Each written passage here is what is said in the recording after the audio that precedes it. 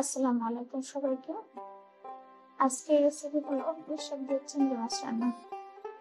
গরম কড়াইয়ে দিয়ে দিচ্ছি পেঁয়াজ কুচি এবং রান্নার তেল। দিয়ে দেবো কাঁচামরিচ কুচি, ভালো করে ভেজে নিই।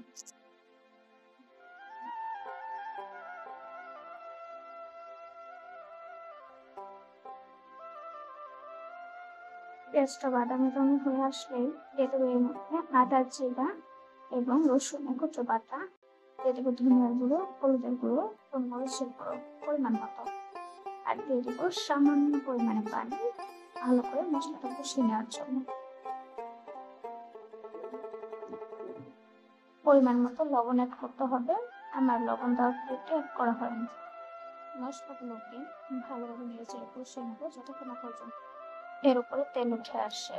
দিয়ে দেবো চিংড়ি মাছ এবং ভালোভাবে নেড়েচেড়ে কষিয়ে নেব। ভালোভাবে কষিয়ে নেওয়ার পর দিয়ে দেবো এর মধ্যে আগে থেকে কেটে রাখবো।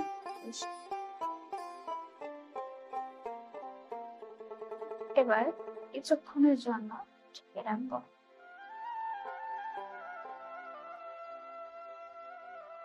ঢেকে রাখা পোশাকগুলোকে ভালোভাবে নেড়েচেড়ে চিংড়ি মাছের সাথে মিশিয়ে নিতে হবে।